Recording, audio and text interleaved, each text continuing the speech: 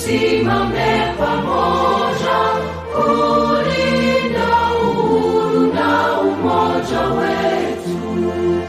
Enyi Bwana na binti wa Afrika, mwili wa jua, mwili wa anga, tuifanye Afrika mti wa uzima. Tuungane sote tuimbe pamoja, kuenzi shikamano hatima yetu. Tujitoe wenyewe kupambana pamoja, uhuru na umoja vitawale. Enyi Bwana na binti wa Afrika, mwili wa jua, mwili wa anga, tuifanye Afrika mti wa uzima.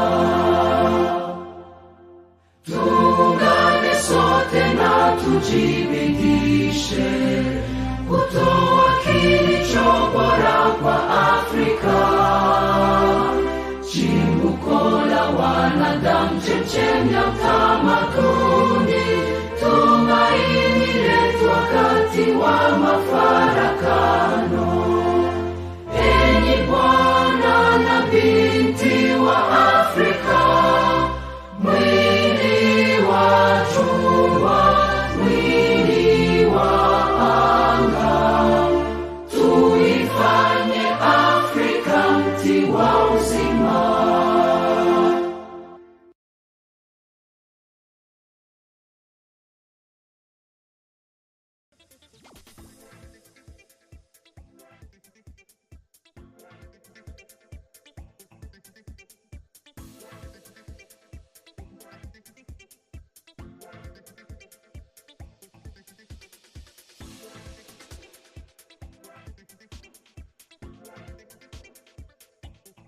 Welcome, Comrade. Welcome to. Thank you, sir, Mr. Nandip. We are here. Yes. Mabu, happy to see you guys again.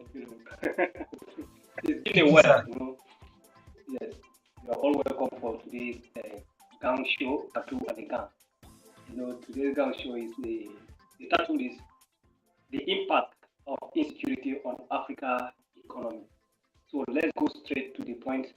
My name is Nandip Andrew Bonfa. I'm here with my gang member, Katu Mokasa, Uganda based in UK, and I have Mabu with me, Sierra Leone. So we are in this house.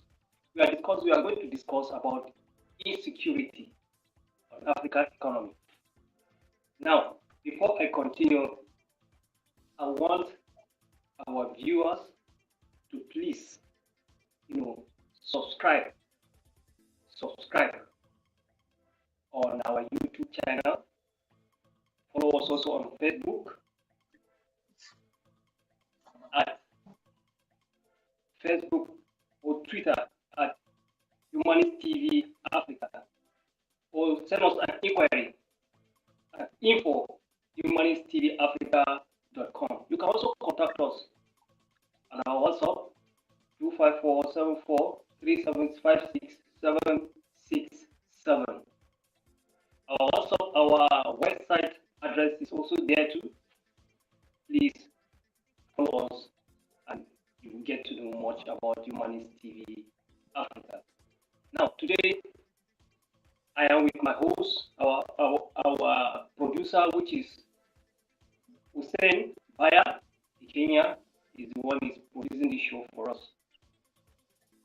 Today's topic is the impact of insecurity on Africa economy.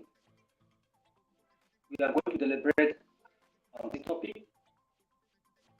I am a gang member because insecurity in Africa has been a source of concern to everybody in Africa, not only in Nigeria, not only in Uganda, not only in Sierra Leone, but all over Africa, including Kenya, Sudan, Ethiopia, Tunisia, every other African country that you think of. Now, what is insecurity? Insecurity is a state of you are being open to danger or threat. You know, before this will happen, there must be a cause of insecurity.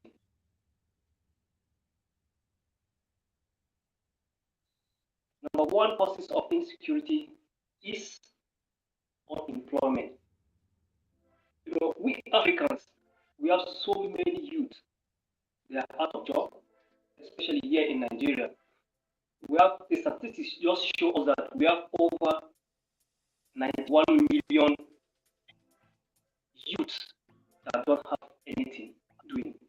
And this is a great threat to the nation and a great threat to the economy. This insecurity issue, it can set investors out of the country. You know, we have the issue of banditry, kidnapping, cybercrime. Just name all these aspects of insecurity is done by youth. Another aspect of insecurity is also corruption. This is perpetrated by the eye of what we call the politicians. They are thieves. They are the ones that run down the economy of the country, of every African country. You see, the politician, the money that is meant for the security intelligence, they will divide it into their personal accounts and use it.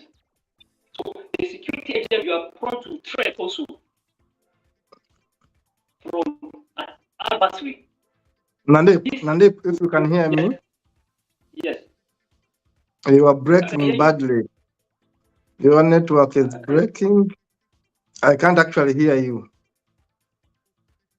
Can you hear me now? Your network is breaking. When you are speaking, your voice is breaking.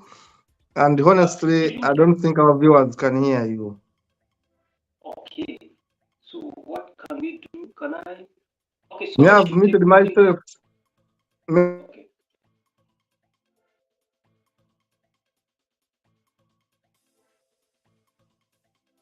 Hello? All right. Can you hear me? Go ahead and speak. I'm going to mute myself. Okay. Yes. Am I better now? Yeah?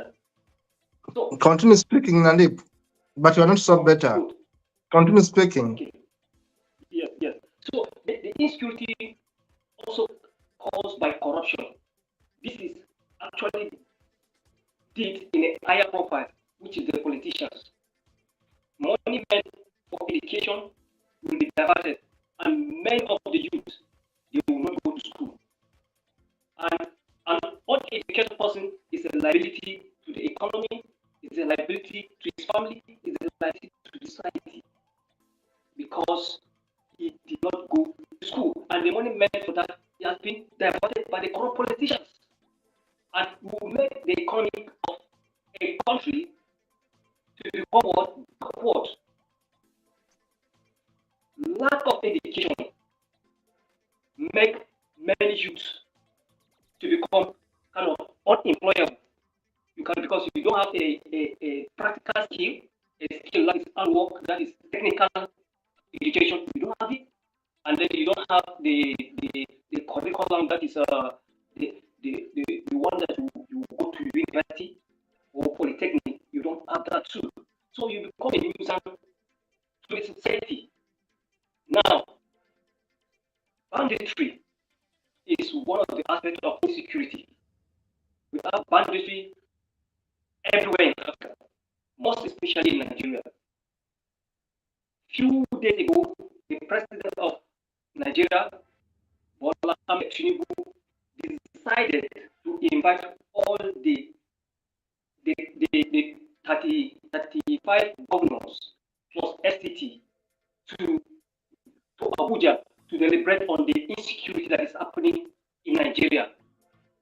Because kidnapping, Boko Haram, killer herdsmen, they are in rampage. And this makes a lot of farmers cannot go to their farm. Because when you go to your farm, you will be kidnapped and you will be asked to pay a ransom running into millions. A poor man that cannot be able to eat 2 square meals a day, and you will ask to pay millions of naira. Where will you get that millions of naira from? It doesn't have it. But those banditry killers, men, they cannot even understand this. They need money.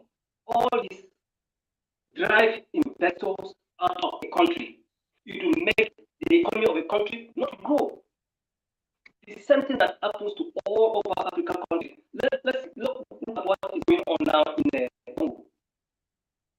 Congo now is just becoming a genocide because of insecurity that is going on there, because of the mineral resources. We are told that there are over 200 militia groups fighting for cobalt. Cobalt is a mineral resources in Congo that is used for cell phone and other implements to manufacture. All the Western and Asian countries, they are here in Africa. Why are we like this? Our leaders, they are not focused. Our leaders, they don't think properly. Our leaders, they don't do the right thing. That's why people come from outside and influence our people who are not educated because they are backward. Then they will use our people against us. The genocide that is going in right now in Congo is alarming.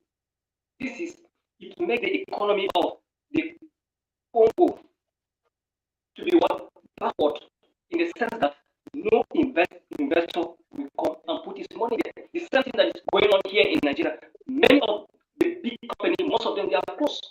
They go to Ghana, a small country.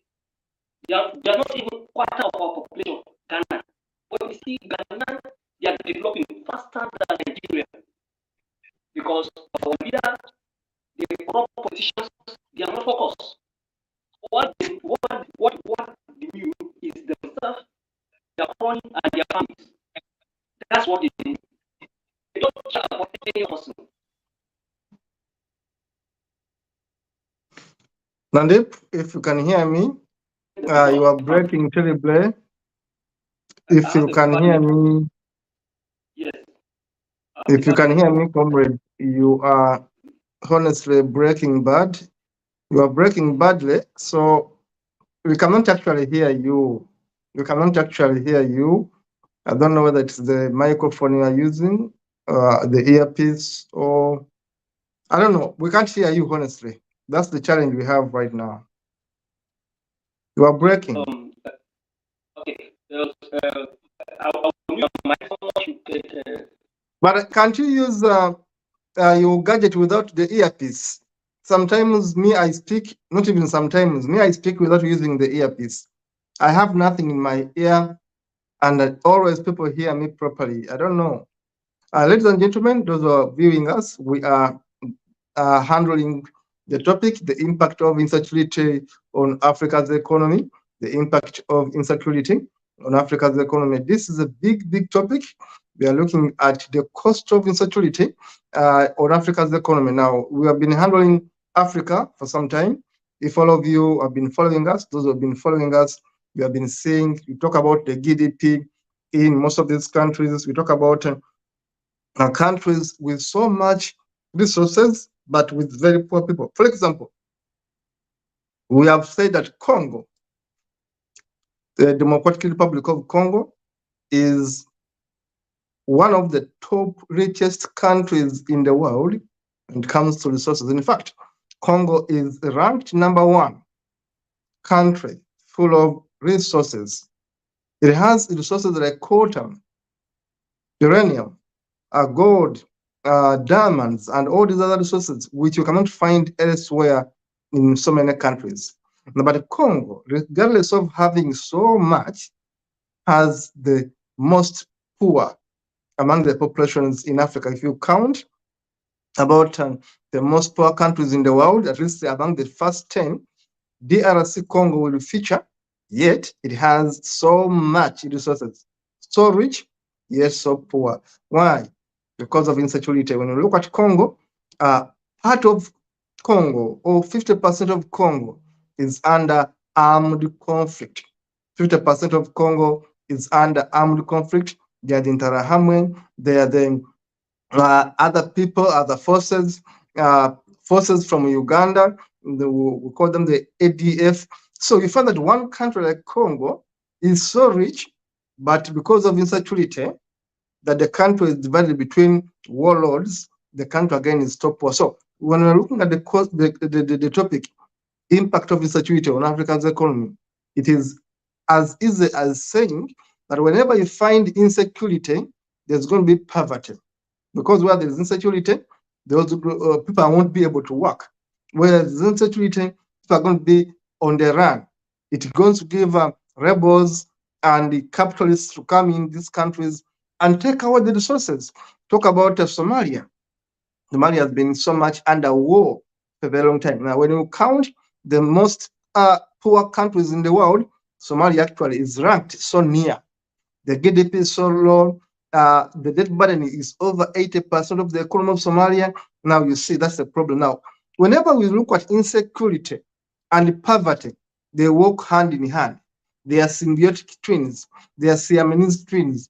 They work hand in hand. Where there is insecurity, there is poverty, there is war, there is diseases, they are suffering. Now, impact of insecurity, how do you measure it? You look at the economy of the country, you look at the peace index of the country, and you look at the development index of the country. Countries like Botswana, why are they doing well? Botswana has never seen a war, for example, as the country. It is a very beautiful country. It is a very peaceful country. Look at countries like Namibia. Since 1975, it has been largely a very peaceful country. Now, when we look at these countries that haven't been so much under war, and you compare them with countries in war, there's a big difference. Compare Namibia, for example, and Mozambique. Neighboring countries, they had the same history. They all got independence about 1975. But Namibia is far more happier than Mozambique, because Mozambique spent 27 years under civil war when UNITA of Jonathan Savimbi was fighting against MPLA. Now, 27 years of war, of civil war, cannot leave the country the same. Now, insecurity moves hand in hand with poverty. Insecurity affects the economy. Insecurity contributes to unemployment. Look at Nigeria, for example. The northern part of Nigeria has been partly unstable. Much of the time, northern Nigeria has been very unstable. They are the Fulani, they are the people fighting religious kind of extremism. The Muslims are fighting Christians. The people are taking over some territories. The government of Nigeria cannot actually decide so much what's happening in the north. Now, compare the poverty levels of the people in the north with the people in the south of Nigeria. Yet, ironically, you will find that the northern part of Nigeria has more resources. It has resources, but how are they using these resources when they are under war? Now, a country under war, a country under conflict can never develop. For example, compare Tanzania and compare it with Uganda. That Tanzania has had a very peaceful government since independence. It has been under one party. Tanzania has been under one party since independence. They keep on changing presidents since independence. Uganda has been the most confused of all countries in East Africa, at least the old East Africa.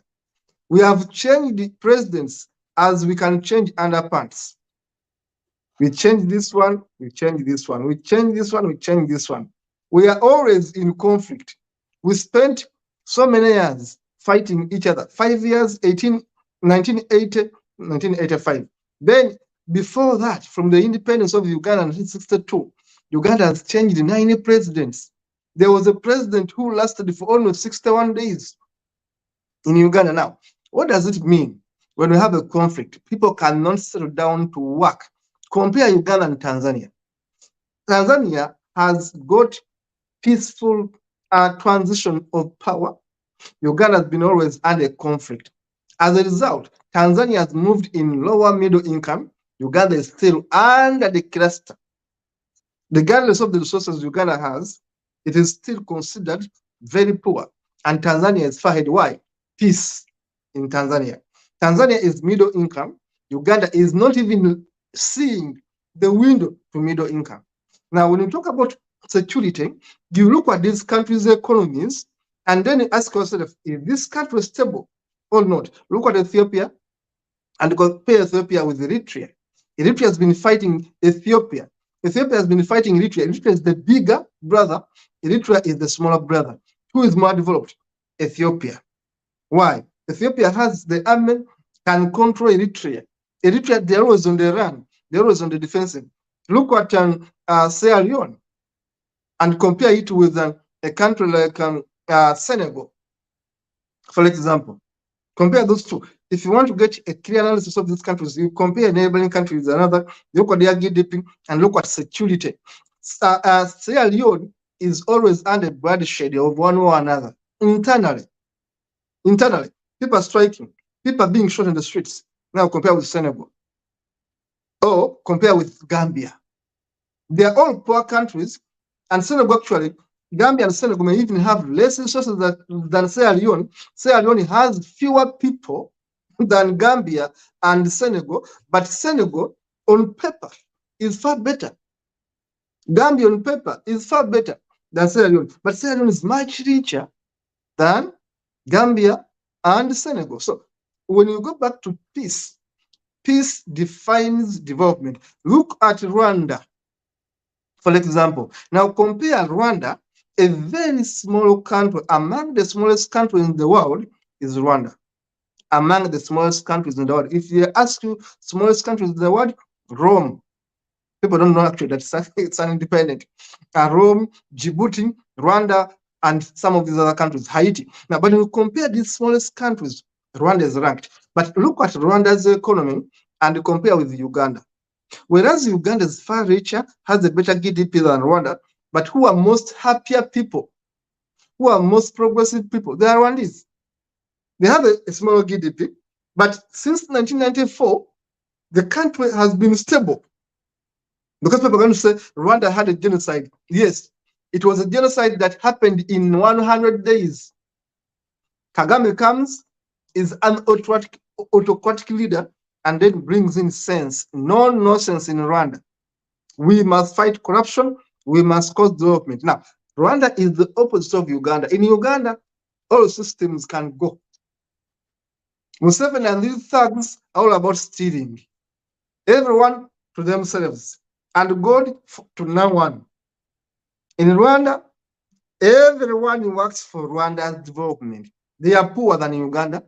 They are smaller than Uganda. But if you look at the way they are developing, because they have ensured peace since 1994, Rwanda, the people in Rwanda, happy index level of people in Rwanda is far better than the happier index of people in Uganda. Yet Uganda has more resources. Uganda is much more bigger, has a bigger population. But why? It goes back to security. Uganda is always in war, not within Uganda, but with everyone that neighbors Uganda. We are taking our soldiers in Somalia. We are taking our soldiers in Congo. We are taking our soldiers everywhere they call us. For us, we are soldiers for hire. You want soldiers? We are there. Ugandans are going to give you soldiers. So our boys go and die from there. Our girls go and die from there.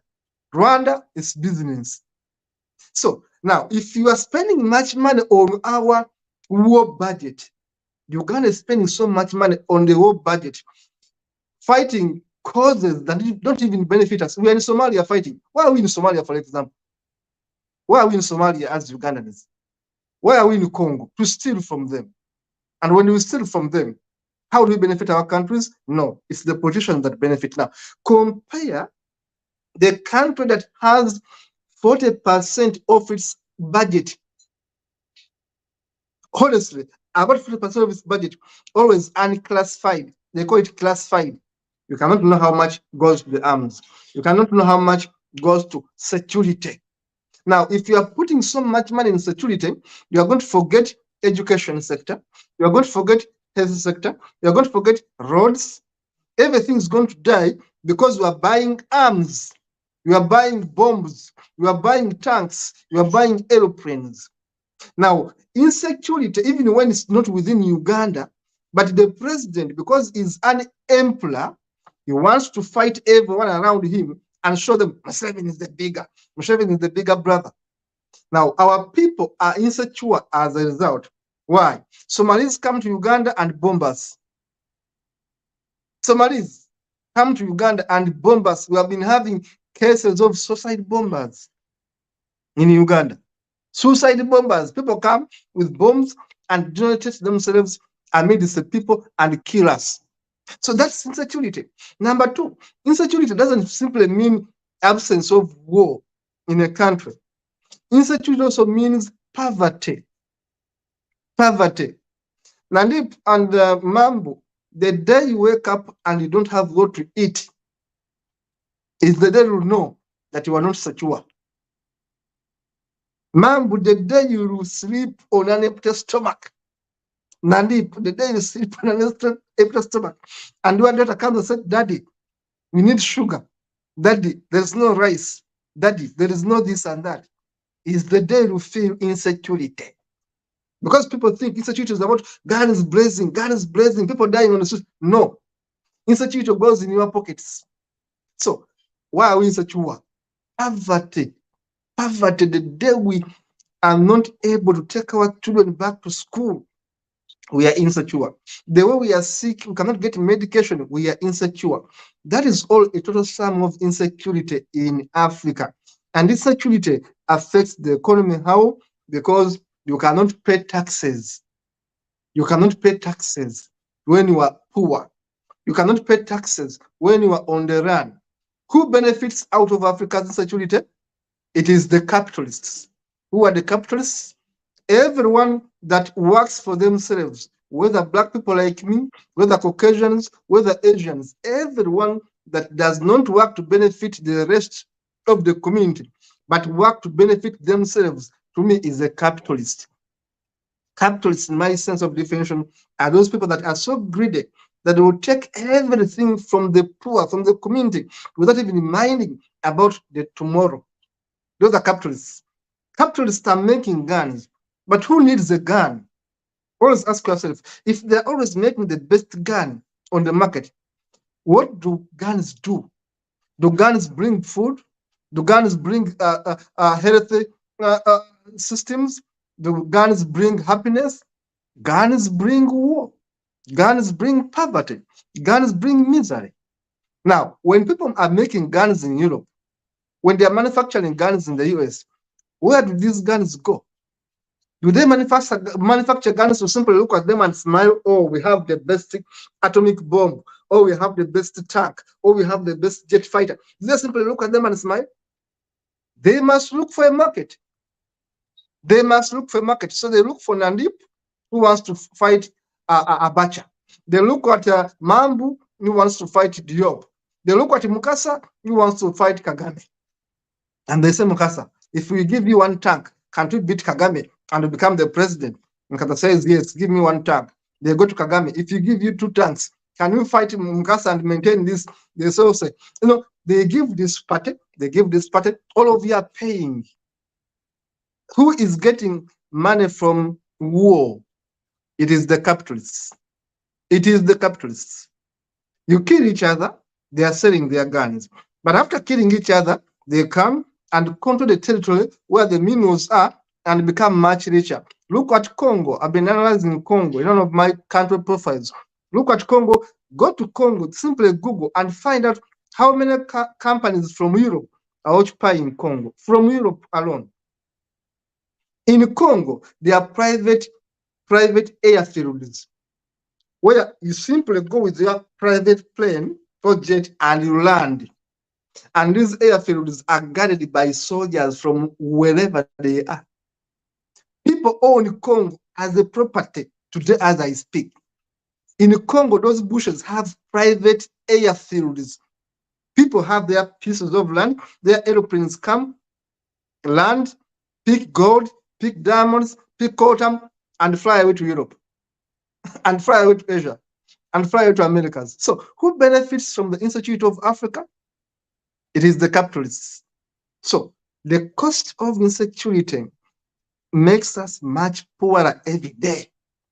Until we Africans realize that people are using us, that actually our enemies are within us, our own presidents, our own politicians are our number one enemies.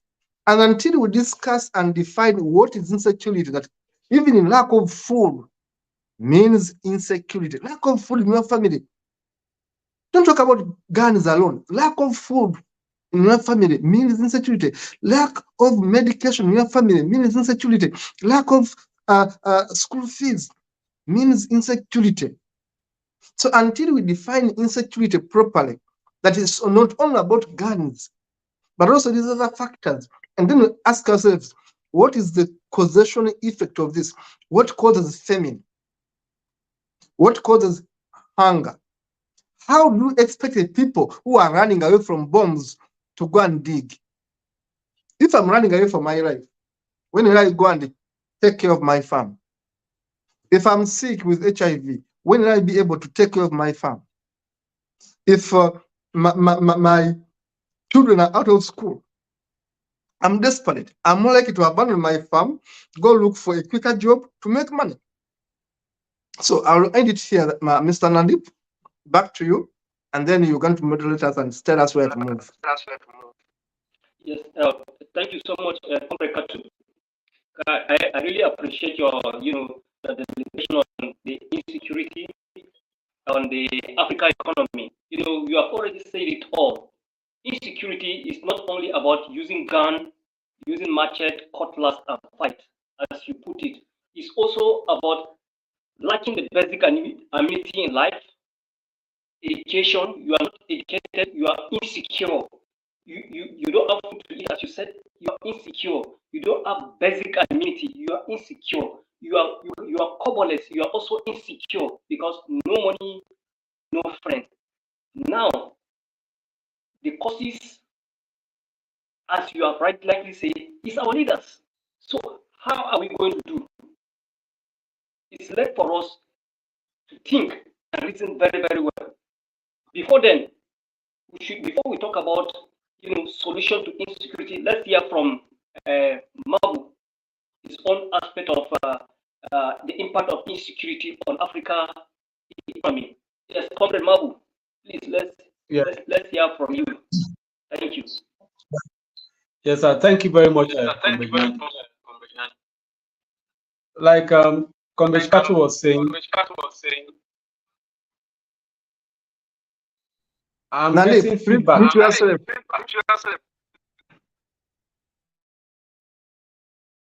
Okay. Like Comrade Katu was talking about insecurity, we will not only limit it to guns, and also the comparison he said about Sierra Leone and Senegal, and also the Gambia. Sierra Leone is a good example to that, honestly, because looking at a country with so many wealth and everything, but we are insecure in everything you can think of.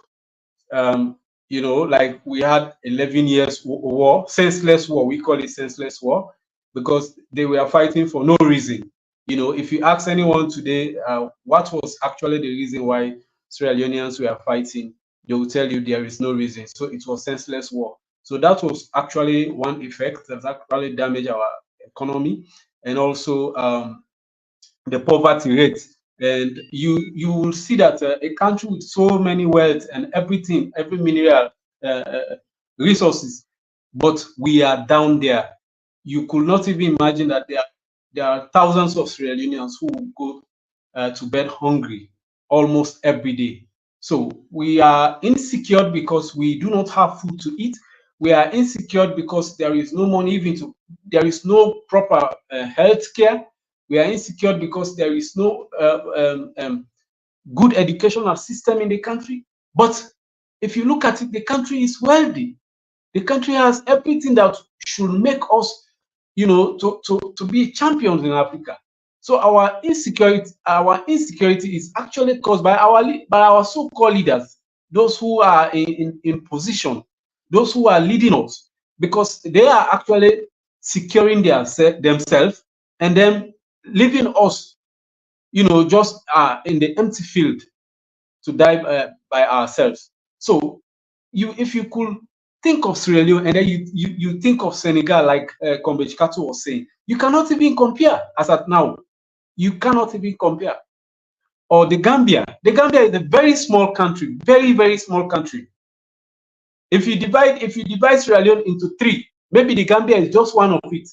And they are only living on groundnut. On only groundnut.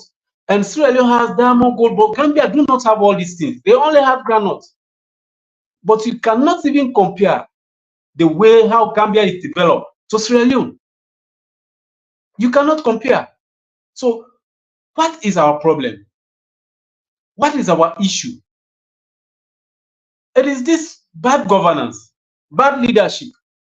So everything between the Sierra Leone, between the countries, I would say everything is insecure. It comes to food, we are insecure. We are insecure. When it comes to healthcare, we are insecure. When it comes to education, we are insecure.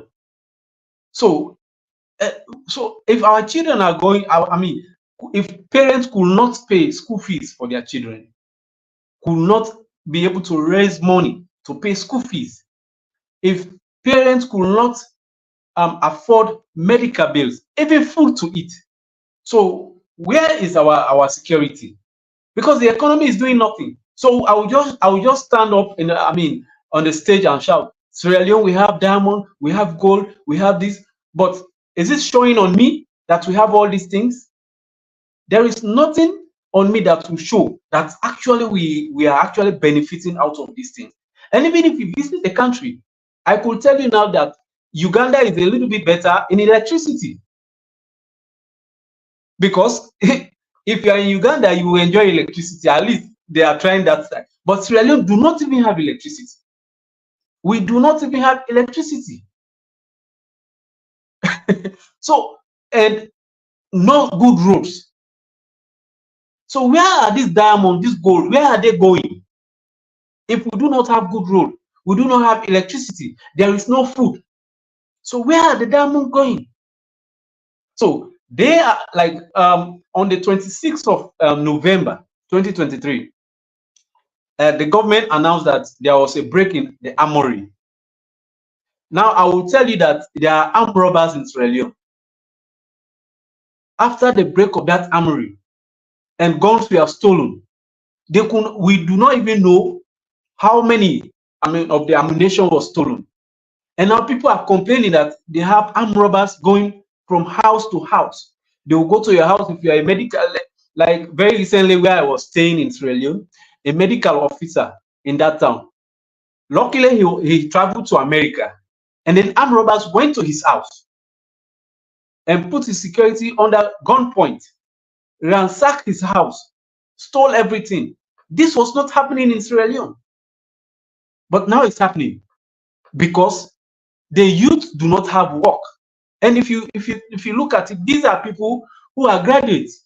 These are people who are educated, but because there is no work, government is not providing any work, nothing. So what they did is to go and take some guns and then go on the street. Before this time, Sierra Leone do not have armed robbers. We have thieves on the street, but for using gun, moving from house to house, it was not happening, but now it's happening. It's happening. And also the opposition leader, his house also was about 2 weeks ago. They went to his house, put him and his wife under gunpoint and stole whatever they want to take, and then they go away. So everybody is now like you sleep with one eye open, because what the people are protesting for, these things that they are protesting for, they are not being looked into. The people have protested severally. We have protested severally. And if you go on the street to protest, the military is there to kill you, because they will say you should not go out. So you should just sit and look at them. Whether they are doing good, you should shut up. Whether they are doing bad, you should shut up. You should not say anything. So Sierra Leone, as an example, everything, like it's not only about the guns, it's about food, it's about electricity, it's about medical, it's about education. So we are insecure in everything. The whole system is just down. How would you expect investors to visit when we do not even have electricity? So what are they going to use when we do not even have good roads? How are they going to be transport from one place to another? You will see that for someone to travel between 20 miles, you will spend a whole day to travel because of the road network. We call them hard to reach communities. How will you go to those communities? But there are people in that country who are enjoying the resources, who are enjoying the more, just few. Those who are connected to the system, because they have a whole cabal, they have a whole group who are just enjoying themselves. And then they leave you, the masses, to suffer. Whether you are educated or not, it is up to you. So Africa is insecure because we have greedy politicians. We have politicians who are only focusing on themselves and their families. I will tell you, out of 100%, I'll tell you there is no minister that his children are schooling in the country. So sooner they are appointed as ministers, they fly their children out of the country and using our money. So they know that our education is not good. Our education system is not good. Even to the Minister of Education. If you are a Minister of Education and your children are not in the country to study, it means your system is poor.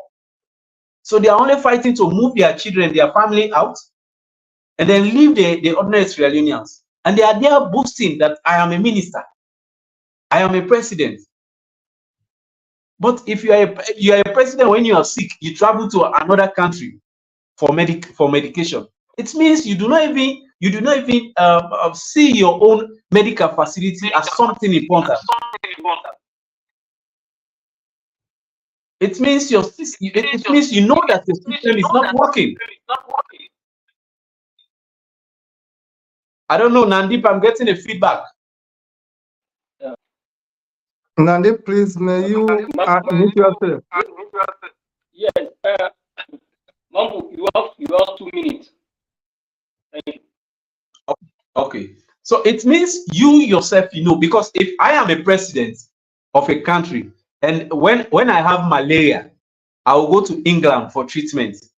When I have headache, I will go to England for treatment. So what is my medical what is the medical system doing in my country?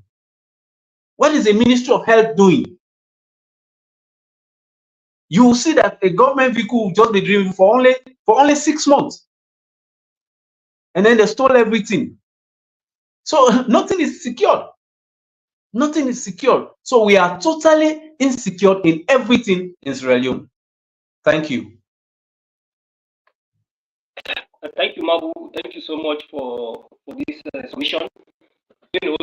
About the electricity issue, we also have terrible electricity situation here in Nigeria.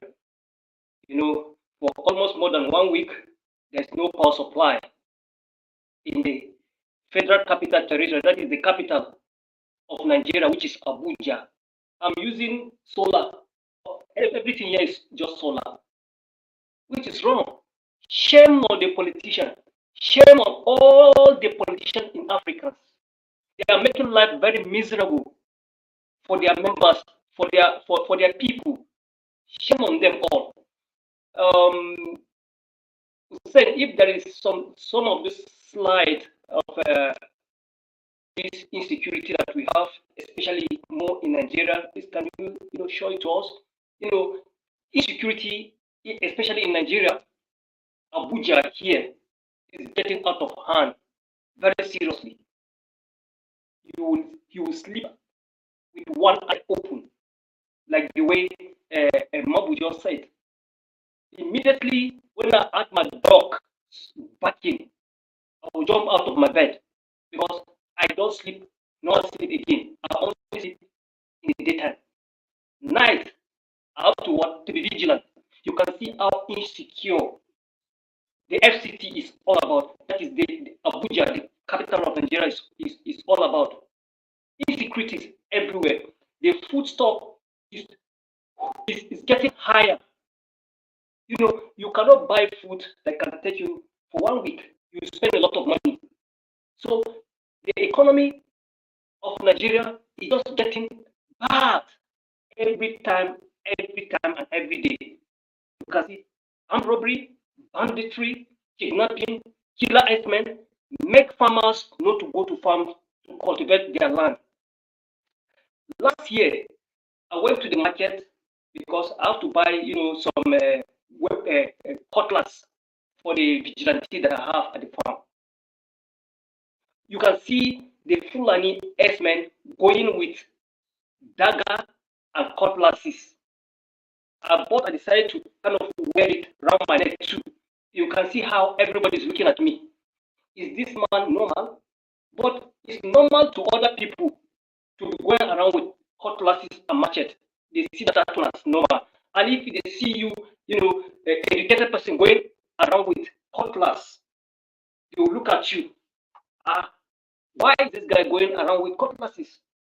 But my cutlass is not to be killing people with it. It's to attack thieves and banditry that come to attack me. But the Fulani herdsmen, they will go to the farm, chase you out of your farm. If you didn't go, they will kill you, put their cattle to feed on your crops, destroy it. That is how bad the insecurity is. It is in this country. And how will our economy grow when other people are destroying your property? And if you talk, the government will support them. Last 3 years ago, the government want to take people's land to make it as a ranches for Fulani herdsmen, and which we are told that the land belongs to the government. My ancestral land, collecting it from me, giving it to another person that has cattle and is doing it as a business. Cattle, later on you say, I get money. Me, you are collecting it from me. That this is not fair. Government causes most of this insecurity to their people, especially here in Nigeria. Government contributed in insecurity in Nigeria. Look at what happened to just 2 states. A local government that a governor came out from in December, that is November, a day before Christmas. X-Men came and killed more than 300 people. Why? Because they have authority over there. The army, when you call them, they will not go because they already give them order not to go. Allow those herdsmen to do what they're supposed to do. That is also what is called land grabbing. Because far north, as Comrade Katua rightly said, there's not happening here. It's just like Arab desert. So the grass there is getting drier and the sun is covering everywhere. So those Fulani herdsmen move down to the savannah. That is middle belt and the south. That's why we always have insecurity fighting between the farmers and the herders. Stay in your place, have a ranch, and take care of your animals. Don't come to me, want to kill me and collect my land for your own animals. It's not fair. I want the government of Nigeria to allow everybody to carry weapon, to carry arm for protection of yourself. We have only one life here on earth. When I die, I die. So I have to do everything possible to protect my life, my family, and my loved one. So government have to give us that authority. They should create what we call it, state police. Insecurity is so rampant that many of the company organization here are closed down. Many people don't have work to do. If you have work, don't allow that work to leave you because you are not going to get anything. Those that have the work, there's no money to pay the salary of the workers. You can see how insecurity causes the economy of the country to be drastically destroyed. And people, we are the one that encourages this insecurity. Because of what? Religion aspect is there. Tribal aspect is there. Yes, when they caught someone that involved in banditry or kidnapping, they will say, this is my church member, or this is my friend from the same mosque that we pray together. So this type of things make the economy of the country go backward, because there's not really, we should have to be honest with ourselves. I'm talking this as Africa in general. Our leaders, they are not honest with us. They are only honest within them cycle, the cabals in their cycle. Whether it's in Uganda, Nigeria, Sierra Leone, Kenya, they are the same. They are the same. It's like they have a clique, or a, what do we call it, a kind of a caucus that they usually meet. These are African Union. I don't think they are doing that for the African people. Those head of states.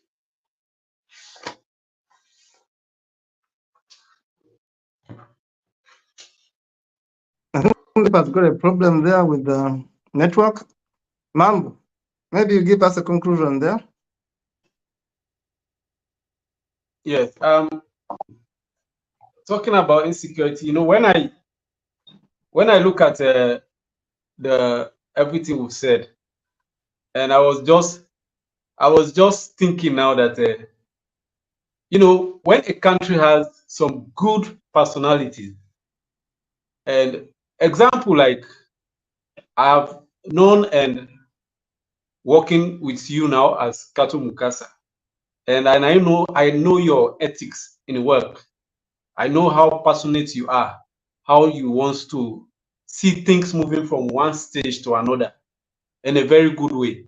And then a country like Uganda has someone like you, and they are not making use of you, you know, for the development of the country.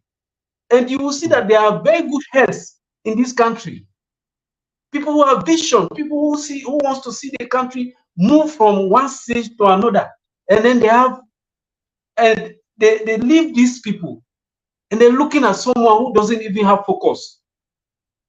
Someone who is just, and if you look at African leaders, the most wicked thieves, they are religious.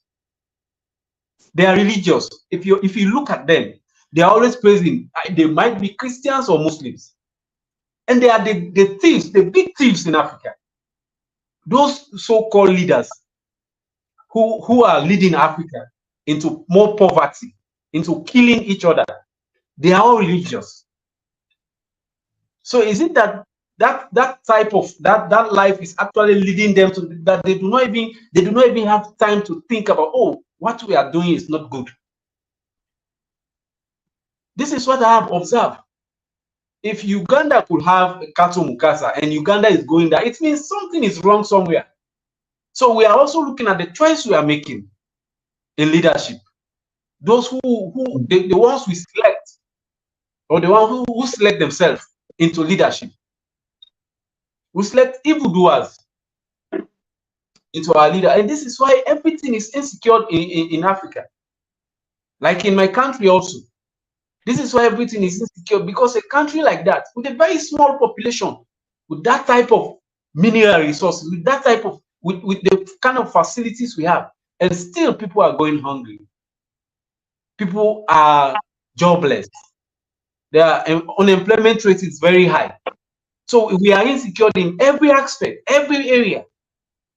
But yet we have some good-headed. But they do not consider them. In fact, they see you as enemy of the state. They see you as enemy. Because when they know that the way they are going, you are not going that way. You want to drag them into a good way. But they do not want to look at that, because they have that corrupt mentality. They have that mind of enriching themselves and their families and their close friends. So they do not even care whether you are good in your field or not.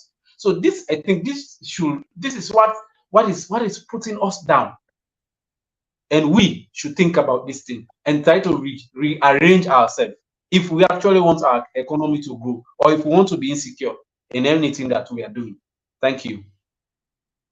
Thank you very much, Mr. Mambo. There, I think you have made it very clearly and very succinctly, beautifully put that the challenge is with us as a people in Africa. I don't think we lack resources.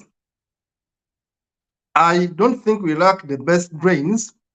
You have said it all. All of us have the ability. You would serve Sierra Leone very well. But the framework in which you should serve your country is not there. We have very good brains in diaspora. We have the most intelligent, the most dedicated people in diaspora, people from Africa in diaspora, because they are running away from trouble. They are running away from death. They are running away from diseases. They are running away from unemployment. There are many reasons why they are running away. Because there's no way they are going to stay in a stagnant environment. They are dying, they are diseased, they are poor. Now, that is the total effect of insecurity. We call it the sum effect of insecurity. Insecurity is not only to mean war. Security and peace is not only the absence of war, but also poverty in our pockets, but also despair. That when Sierra Leone, you get a very beautiful example to augment what I had said. Compare Gambia and Sierra Leone. Gambia almost has nothing in terms of minerals.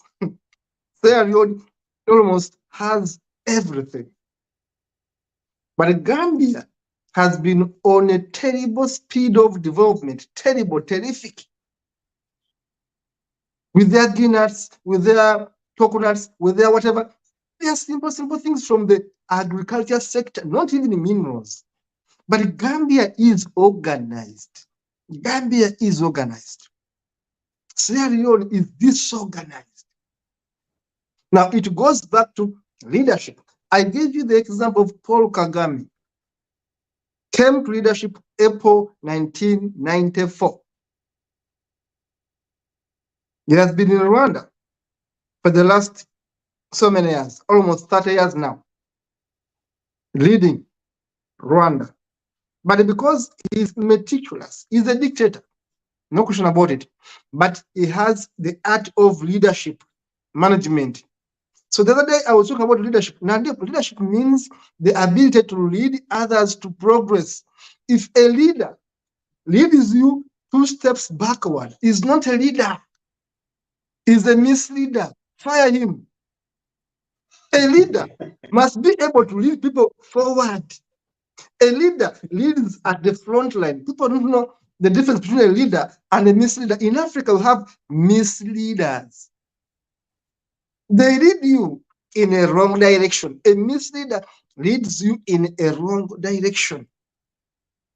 A leader takes you steps forward. A misleader takes you steps backward. Kagame goes to Rwanda. Rwanda is under genocide. 1994, the man helps a small country to move forward. That today, we give it as an example. So sometimes even I say, it's not about leaders staying in power for a long time, but about how they use their stay in power. It's not about leaders staying, because Kagame has been there for almost 30 years. Kagame has helped transform Rwanda. Museveni has been there for almost 38 years. Museveni has killed Uganda. 2 leaders, all of them serving a long time. One is making a difference, another one is putting his country in a ditch. So leadership should be studied properly in Africa. How come that a small country like Botswana is doing far much better in terms of poverty index being very okay than South Africa? Botswana is a kid when you compare it with South Africa. South Africa is the giant, has the biggest economy.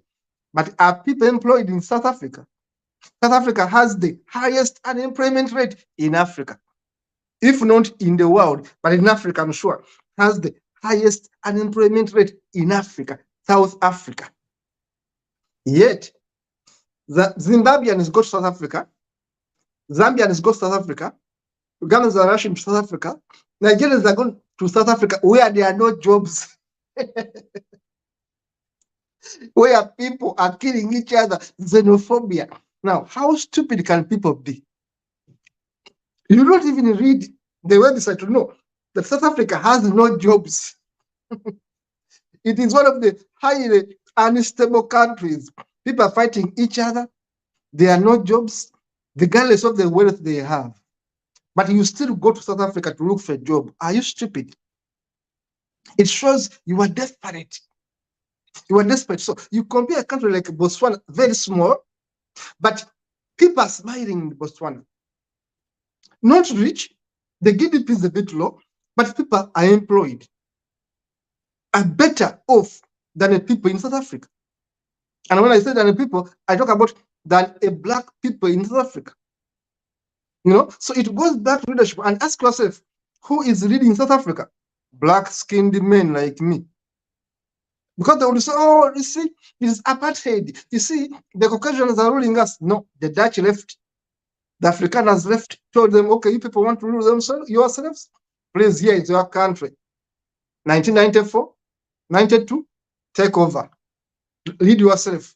Now, black-skinned guys like me are into leadership in South Africa. What have they done? They have messed that country up. They have messed that country up. Now, it goes back to leadership. It goes back to leadership. Insecurity and leadership are inseparable. The moment we have hyenas for leaders, you put a hyena in charge of a meat house, a butcher, you get your butcher and put a hyena to be the one to protect your meat, Nandip, you will never even say bone, because the hyena eats even bones.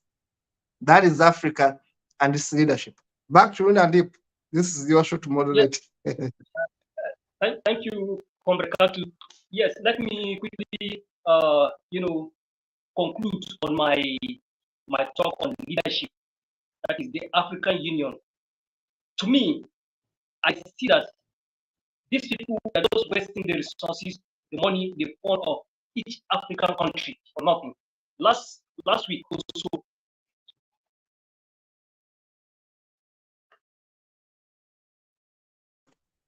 your connection is low, but also I'm going to request you to conclude the show because our time is up. And if your connection is low, maybe Mambu, how do you conclude this show? Why don't you conclude this show and we leave? We have already beaten time. I think we've above time about 3 minutes. So we want to say thank you to our viewers, and we encourage them to subscribe to our YouTube channel, which is Humanist TV Africa, and also our TikTok and our Facebook. And I'm also asking that they should share our videos, and also press the notification button, so whenever we are live, you'll be the first person to be notified. We want to say thank you today, and bye-bye. Bye-bye. Thank you so much. See you in the next one. Bye-bye.